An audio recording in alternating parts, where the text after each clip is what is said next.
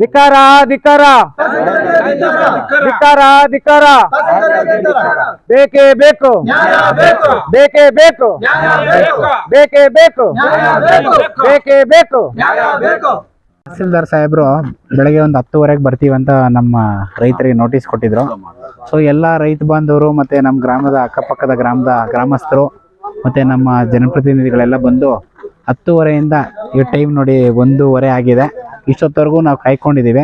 ಆದರೆ ನಮಗೆ ಯಾವುದೇ ಒಂದು ಸೂಚನೆ ಏನು ಕೊಡಲಿಲ್ಲ, ಬರಲ್ಲ ಅಂತ ಹೇಳಿಲ್ಲ. ಬಟ್ ಆದರೆ ಅವ್ರು ಉಳ್ಳವರ ಪರ ಅವ್ರಿಗೆ ಇನ್ಫಾರ್ಮೇಷನ್ ಮಾಡಿದ್ರು. ಅವರು ಕಾರಲ್ಲಿ ಹೋಗ್ಬಿಟ್ರು. ಯಾರು ಶ್ರೀನಿವಾಸ ರೆಡ್ಡಿ ಅನ್ನೋರು ಜಮೀನವರು ಹೋಗ್ಬಿಟ್ರು. ಬಟ್ ಇಲ್ಲಿರೋ ರೈತರು ಯಾರು 100-150 ಜನ ರೈತರಿಗೆ ಯಾವುದೇ ರೀತಿ ಇನ್ಫಾರ್ಮೇಷನ್ ಇಲ್ಲ. ನಾವಿನ್ನೂ ಅವ್ರು ಬರ್ತಾರೆ ಅನ್ನೋ ಭರವಸೆಯಲ್ಲಿ ಕಾಯ್ತಿದ್ದೀವಿ. ಬಟ್ ಇಲ್ಲಿ ರೆವೆನ್ಯೂ ಅಧಿಕಾರಿಗಳಿದ್ದಾರೆ, ಅವ್ರನ್ನ ತಿಳಿಸ್ತೀವಿ, ಈಗ ಮತ್ತೆ ಮಾತಾಡ್ತೀವಿ ಅಂತ ಹೇಳ್ತಾರೆ. 8-10 ವರ್ಷಗಳಿಂದ ಇದೇ ಕಿರುಕುಳ ಕೊಡ್ತಿದ್ದಾರೆ. ನಾಳೆ ನಮ್ಮ ರೈತರು ಏನಾದರೂ ಚಿನ್ನಪ್ಪ ಇವ್ರು ಏನಾದ್ರು ತೊಂದರೆಗೆ ಒಳಗಾದರೆ ಅದಕ್ಕೆ ನೇರ ಕಾರಣ ಜಿಲ್ಲಾಡಳಿತ ಮತ್ತು ನಮ್ಮ ತಹಸೀಲ್ದಾರ್ ಸಾಹೇಬ್ರೆ ಅಂತ ಹೇಳಲಿಕ್ಕೆ ಇಚ್ಛೆ ಪಡ್ತೀನಿ. ಬೆಳಗ್ಗೆ 10:30ಯಿಂದ ಕಾಯಿಸಿ ಇಷ್ಟೊತ್ತಾದರೂ ನಮ್ಗೆ ಹೇಳಲಿಲ್ಲ. ಸುಮಾರು 100 ರೈತರು ಕೆಲಸ ಕಾರ್ಯ ಬಿಟ್ಟು ಕಾತಿದ್ದಾರೆ.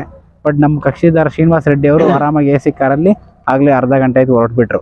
ಸೊ ದಯವಿಟ್ಟು ತಹಸೀಲ್ದಾರ್ ಸಾಹೇಬರು ಈ ಒಂದು ಇದನ್ನು ಇದು ಮಾಡಿ ನಮ್ಮ ರೈತರನ್ನ ಒಂದು ಸಮಯ ಏನು ಹೇಳಿರ್ತೀರಿ ತಡ ಆಗುತ್ತೆ, ಆದರೆ ಈ ಥರ ತಡ ಮಾಡಿಸಿ ಅರ್ಧ ದಿನ ಟೈಮ್ ಎಲ್ಲ ವ್ಯಯ ಮಾಡಿಸಿ ತಿರುಗಿ ಮತ್ತೇನೋ ಮಂಗಳವಾರ ಬನ್ನಿ ಅಂತ ಹೇಳ್ತಿದ್ದಾರೆ.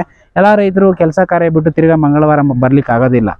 ಸೊ ನಾವೇನು ಇಲ್ಲಿ ಯಾರು ದುಡ್ಡು ತಗೊಂಡು ಪ್ರೊಟೆಸ್ಟ್ ಮಾಡ್ಲಿಕ್ಕೆ ಏನು ಬಂದಿರೋರಲ್ಲ, ಎಲ್ಲ ಹೊಲಗಳಲ್ಲಿ ಕೆಲಸ ಮಾಡೋರೇ ಬಂದಿರೋದು. ಸೊ ಹಂಗಾಗಿ ಇದನ್ನು ಗಮನದಲ್ಲಿ ಇಟ್ಕೊಂಡು ಮುಂದಿನ ದಿನಗಳಲ್ಲಿ ತಾವು ಏನಾದರೂ ಒಂದು ನೋಟಿಸ್ ಕೊಟ್ಟರೆ ರೈತರಿಗೆ ಕರೆ ಮಾಡಿ ತಾವುಗಳಿಂದನೇ ತಮ್ಮ ಅಧಿಕಾರಿ ಇದರಿಂದ ಫೋನ್ ಮಾಡಿ ತಿಳಿಸಿ ಏನೋ ಈ ಥರ ಆಗಿದೆ, ಸೊ ಹಂಗಾಗಿ ಬರೋಕ್ಕಾಗಲಿಲ್ಲ.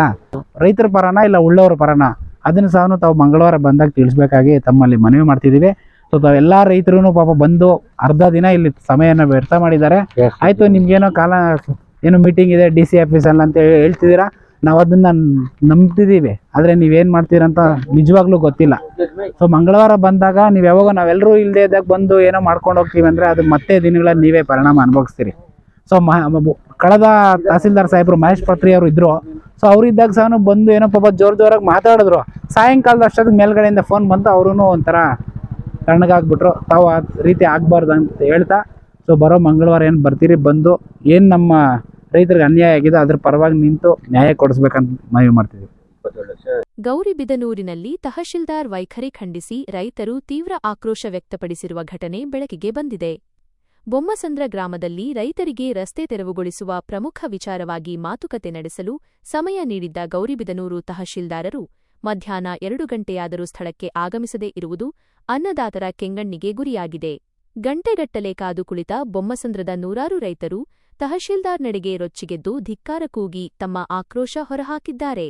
ಗೌರಿಬಿದನೂರು ತಹಶೀಲ್ದಾರರು ಉಳ್ಳವರ ಪರ ಕೆಲಸ ಮಾಡುತ್ತಿದ್ದಾರೆ ಹೊರತು ಬಡವರ ಹಾಗೂ ರೈತರ ಪರವಾಗಿ ಅಲ್ಲ ಎಂದು ಬೊಮ್ಮಸಂದ್ರ ಗ್ರಾಮದ ರೈತರು ತೀವ್ರ ಆವೇದನೆ ವ್ಯಕ್ತಪಡಿಸಿದ್ದಾರೆ.